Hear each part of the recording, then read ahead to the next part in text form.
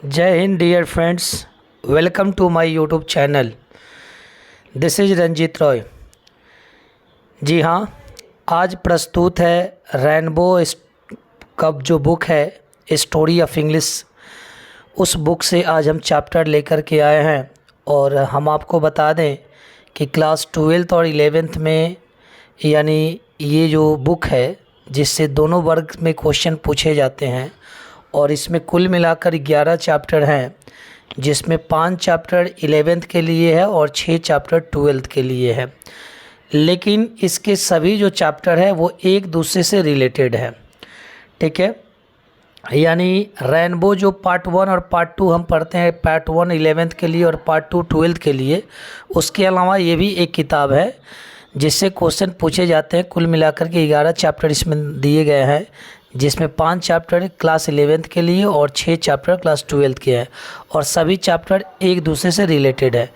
कभी कभी ऐसा भी होता है कि 11th का जो चैप्टर हम पढ़ते हैं उसमें और 12th में जब हम पढ़ते हैं तो उसी से रिलेटेड कुछ बातें दी गई होती हैं। तो आइए देखते हैं। सबसे पहला जो इसका चैप्टर है, चैप्टर 1 लिखा है हाउ इंग्लिश बिगेन, यानी कि अंग्रेजी की शुरुआत कैसे हुई, अंग्रेजी कैसे शुरू हुई। ये बिगिन का सेकंड फॉर्म है बिगेन। यानी इस चैप्टर में हम लोग जानेंगे कि अंग्रेजी भाषा की शुरुआत कैसे हुई। ठीक है, चलिए देखते हैं क्या लिखा है। लिखा है कि the English language is much younger than Sanskrit, Farsi, Greek, Latin and other great classical languages of the past. अर्थात यहाँ कह रहा है कि अंग्रेजी जो भाषा है वो मच यंगर है। देखिए, यंगर का अर्थ एक छोटे के अर्थ में भी हम करते हैं। जब भाई बहन को छोटा दिखाना हो ना, तो उस समय हम यंगर का प्रयोग करते हैं। जैसे मान लीजिए कि बोलना हो कि वह मेरा छोटा भाई है, तो हम बोलेंगे he is my younger brother. वह मेरी छोटी बहन है, सी इज़ माई यंगर सिस्टर। उसी तरह से बड़े के लिए एल्डर होता है।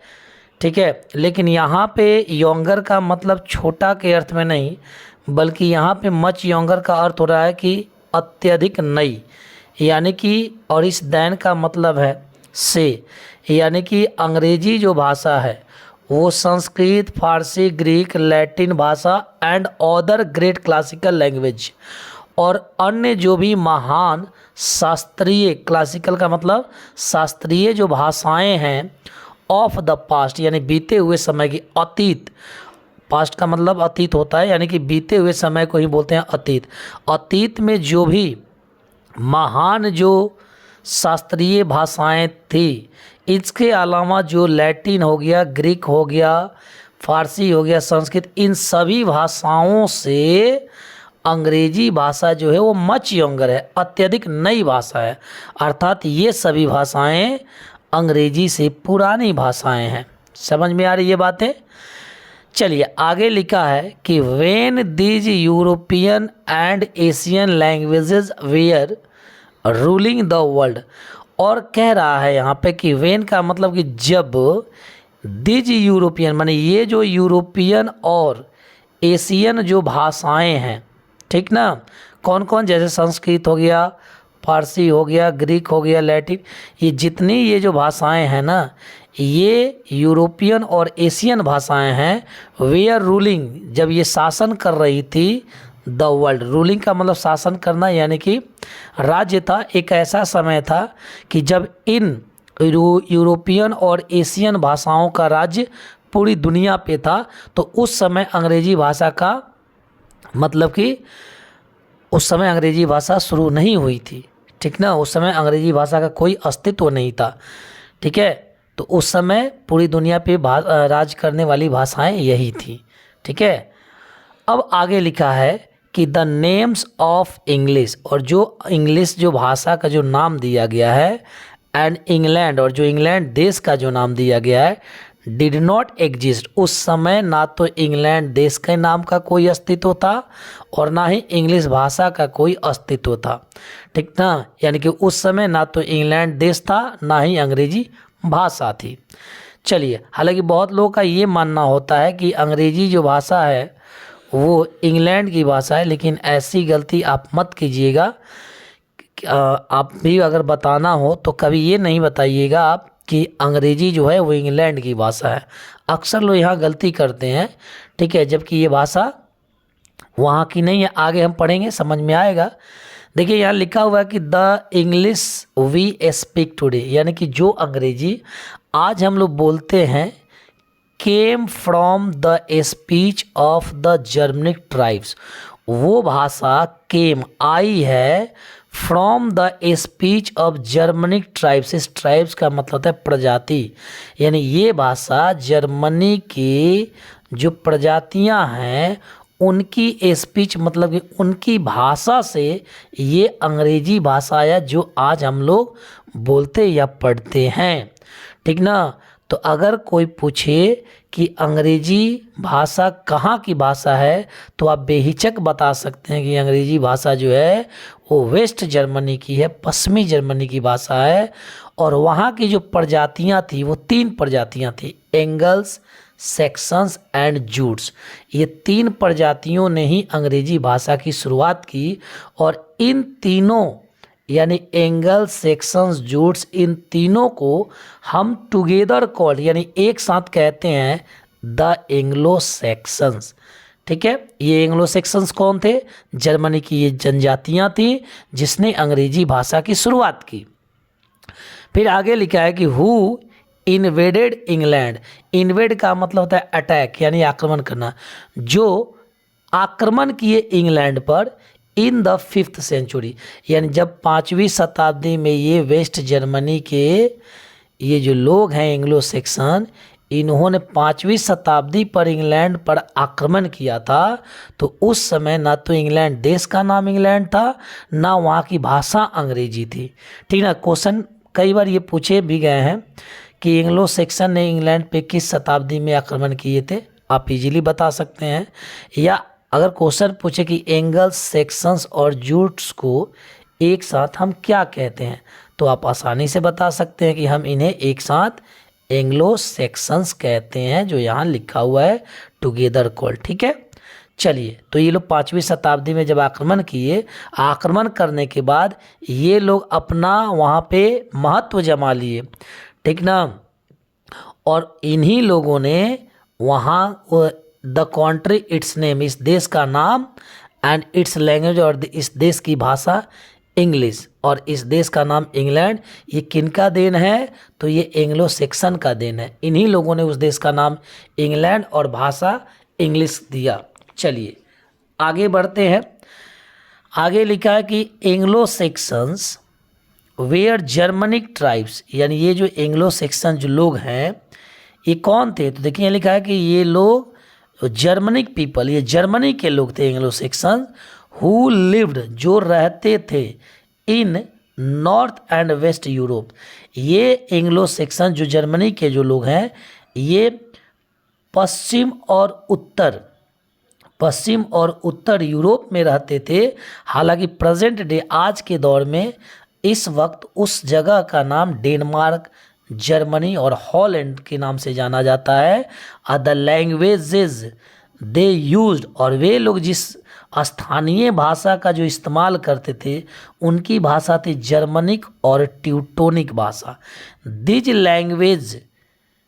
These languages were closely related to, और ये उनकी जो भाषाएं थी जर्मनिक और ट्यूटोनिक, जो स्थानीय जो भाषाएं थी, ये उनकी भाषाएं क्लोजली रिलेटेड, वो जुड़ी हुई थी, काफ़ी घनिष्ठता से जुड़ी हुई थी लैटिन भाषा, ग्रीक से, संस्कृत से, and other language of the Indo European family. अर्थात कहने का मतलब ये इंडो यूरोपियन जो है, यानी कुछ भाषा इंडिया के लोगों की और कुछ यूरोप के परिवार के जो लोगों की जो भाषाएं थी ना, उन भाषाओं से ये क्लोजली रिलेटेड था। कौन कौन भाषा? जर्मनिक और ट्यूटोनिक, यानी मिलती जुलती ये भाषा थी। 10 इस प्रकार through Germanic English belongs to the ancient Indo European family of language. इसलिए हम कह सकते हैं कि प्राचीन जो जर्मनी की जो इंग्लिश जो भाषा है उस बिलोंग्स टू, वो संबंध रखती है Indo European family of language, यानी इंडो यूरोपियन परिवार की जो भाषाएं हैं उन प्राचीन भाषाओं से ही इंग्लिश भाषा का संबंध रहा है। फिर आगे लिखा है कि द रूट्स ऑफ इंग्लिश, और पूरे अंग्रेजी को हम जड़ से समझने का प्रयास करेंगे, ठीक ना। तो वहाँ यहाँ दिया हुआ है कि the root of English are shown in the diagram given below. नीचे जो डायग्राम दिया गया है इसमें अंग्रेजी को पूरे रूट यानी कि पूरा जड़ से बताया गया कि अंग्रेजी की शुरुआत कैसे हुई, कैसे है, पूरी तरह से इस डायग्राम में शोन यानी दिखाया गया है। चलिए हम इसको देखते हैं और समझने का प्रयास करते हैं। देखिए, थोड़ा छोटा कर लें। देखिए, कह रहा है कि इंडो यूरोपियन जो लोग थे, माने कुछ इंडियन लोग और यूरोपियन लोग, माने इंडियन लोग की कुछ भाषा और यूरोपियन की जो भाषा थी वो कौन कौन भाषा थी, तो कि जर्मनी भाषा, लैटिन, ग्रीक, बाल्टोसेल्विक, फारसी और संस्कृत। ये जितनी भाषाएं आप देख रहे हैं ये इंडो यूरोपियन की भाषा है। तो देखिए, अब जर्मनी भाषा से जो भाषा निकली वो भाषा कौन सी हुई, वेस्ट जर्मनी। अब वेस्ट जर्मनी मन पश्चिमी जर्मनी की भाषा कौन हुई, ओल्ड इंग्लिश, पुरानी अंग्रेजी, जहाँ से अंग्रेजी की शुरुआत हुई। और उसके बाद इस ओल्ड इंग्लिश से आज जो इंग्लिश हम पढ़ रहे हैं वो उस इंग्लिश का निर्माण हुआ है। यानी कि आज हम जो अंग्रेजी पढ़ते हैं वो मॉडर्न इंग्लिश पढ़ते हैं, और मॉडर्न इंग्लिश की उत्पत्ति ओल्ड इंग्लिश से हुई। और ओल्ड इंग्लिश जो है वो वेस्ट जर्मनी भाषा से बना, और वेस्ट जर्मनी जो है वो जर्मनी से बना। फिर उसी तरह से यहाँ देखिएगा तो संस्कृत से कौन कौन सी भाषा बनी, यहाँ लिखा हुआ है कि मॉडर्न इंडियन लैंग्वेजेस, यानी कि कुछ भारतीय आधुनिक जो भारतीय जो भाषाएं हैं, जैसे कि हिंदी हो गया, पंजाबी हो गया, बंगाली हो गया, आसामी हो गया, उड़िया भाषा हो गया, गुजराती हो गया या मराठी, ये सभी भाषा की उत्पत्ति जो है ना वो संस्कृत भाषा से हुई है। चलिए आगे बढ़ते हैं नेक्स्ट पेज में। चलिए, अब आगे लिखा है कि द जर्मनिक इन्वेडर्स, यानी कि जर्मनी के वो जो एंग्लो सेक्शन जो थे वो क्या थे, आक्रमणकारी थे। आक्रमणकारी उनको क्यों बोला गया, क्योंकि वो 5वीं शताब्दी में वो लोग इंग्लैंड पे आक्रमण किए थे, ठीक ना। तो वेयर कॉल्ड सेक्शंस, और उन लोगों को, किन लोगों को, जर्मनी के जो आक्रमणकारी थे एंग्लो सेक्शन, उन लोगों को सेक्शन कहा जाता था by the natives of England, यानी इंग्लैंड के जो नेटिव्स का मतलब होता है मूल निवासी, ठीक ना। इंग्लैंड के जो मूल निवासी थे उन लोगों के द्वारा इस जर्मनी के आक्रमणकारियों को सेक्शंस कहा जाता था। ये मतलब इंग्लैंड के मूल निवासी उनको सेक्शंस बोलते थे।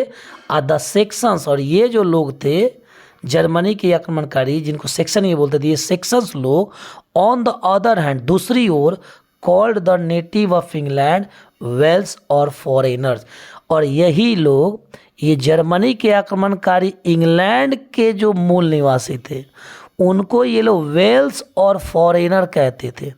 समझिएगा इस बात को, यानी कि इंग्लैंड के मूल निवासी जर्मनी के आक्रमणकारी को सेक्शंस कहते थे, और जर्मनी के जो आक्रमणकारी थे ये जो लोग थे ये इंग्लैंड के लोगों को, वहाँ के जो मूल निवासी थे उनको वेल्स और फॉरेनर कहते थे।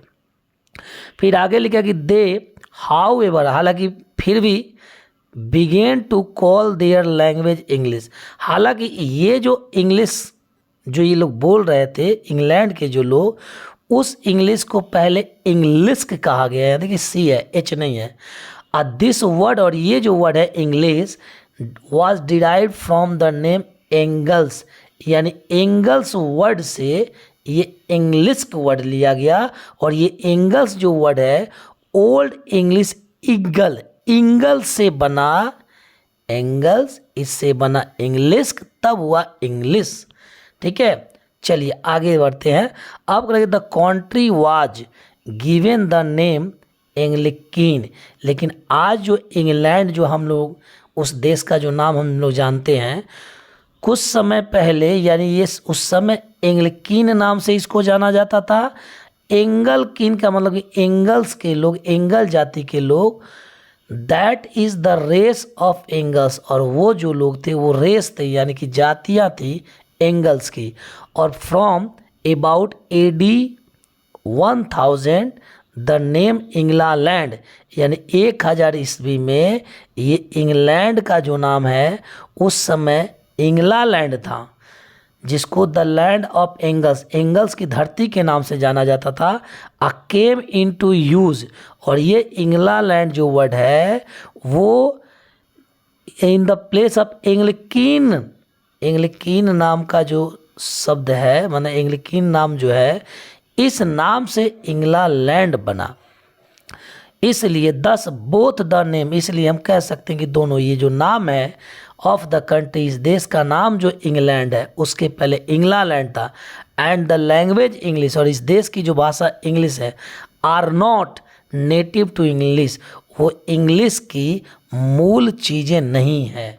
यानी इंग्लैंड का नाम और उस देश की जो भाषा इंग्लिश है, ये बिल्कुल इंग्लैंड की भाषा और उस देश का नाम इंग्लैंड, ये उनकी देन नहीं है। चलिए चैप्टर ये कंप्लीट हो गया। आगे हम थोड़ा सा इसको देख लेते हैं, इसका क्वेश्चन आंसर। देखिए क्वेश्चन आंसर भी आप इजीली कर सकते हैं, कहीं दिक्कत नहीं होगा, क्योंकि जो चीज़ें आगे बताई गई हैं उसी से रिलेटेड दिया हुआ है। जैसे देखिए पहला ही लिखा है कि इंग्लिश लैंग्वेज इज, अभी बताएं यहाँ मच यंगर कर देंगे, यानी फारसी भाषा से मतलब कि नई भाषा है। अब यहाँ करा कि इंग्लिश वी स्पीक टुडे, आज जो हम लोग अंग्रेजी पढ़ रहे हैं वो कहाँ से आया, came from dash of tribes, तो जर्मनी जाति की स्पीच से आया, भाषा से आया। देखिए हम पीछे करके भी आपको दिखा दे रहे हैं ये क्वेश्चन। आप यहाँ देखिए, ये देखिए यहाँ लिखा है ना कि जो अंग्रेजी आज हम लोग बोलते हैं, यहाँ देखिए the English we speak today, ठीक है, केम फ्रॉम, यहाँ डैश दिया हुआ है और यहाँ ट्राइब्स के पहले डैश दिया है, तो यानी स्पीच और जर्मनी, ठीक है। सारा क्वेश्चन आप इजीली बना सकते हैं, चैप्टर को अगर समझ गए हैं तो कहीं आपको दिक्कत नहीं होगा बनाने में, ठीक है। वहाँ अब आगे देखिए यहाँ पे कह रहा है कि the Anglo Saxons were, Anglo Saxon जो लोग थे, एंग्लो सेक्शन वो कौन लोग थे, तो जर्मनी लोग थे, जर्मनिक पीपल थे, इजीली बने। Through Germanic English belongs to the ancient Indo family of language, ये क्वेश्चन का आप यहाँ से इसका आंसर कर सकते हैं। देखिए थ्रो से जो है ना, यहाँ से देखिए थ्रो जर्मनिक, फिर लिखा है English belong to the ancient, ये इंडो छोड़ दिया है। आप आराम से इसको बना लेंगे, कहीं दिक्कत नहीं होगा, ठीक है। देखिए through Germanic English belongs to the ancient Indo European family of language. फिर ट्रू फॉल्स क्वेश्चन आंसर है, आप क्वेश्चन आंसर भी इजीली कर लेंगे, चैप्टर से कहीं दिक्कत नहीं होगा। हालांकि इसका भी हम वीडियो बना देंगे, लेकिन आप समझ सकते हैं।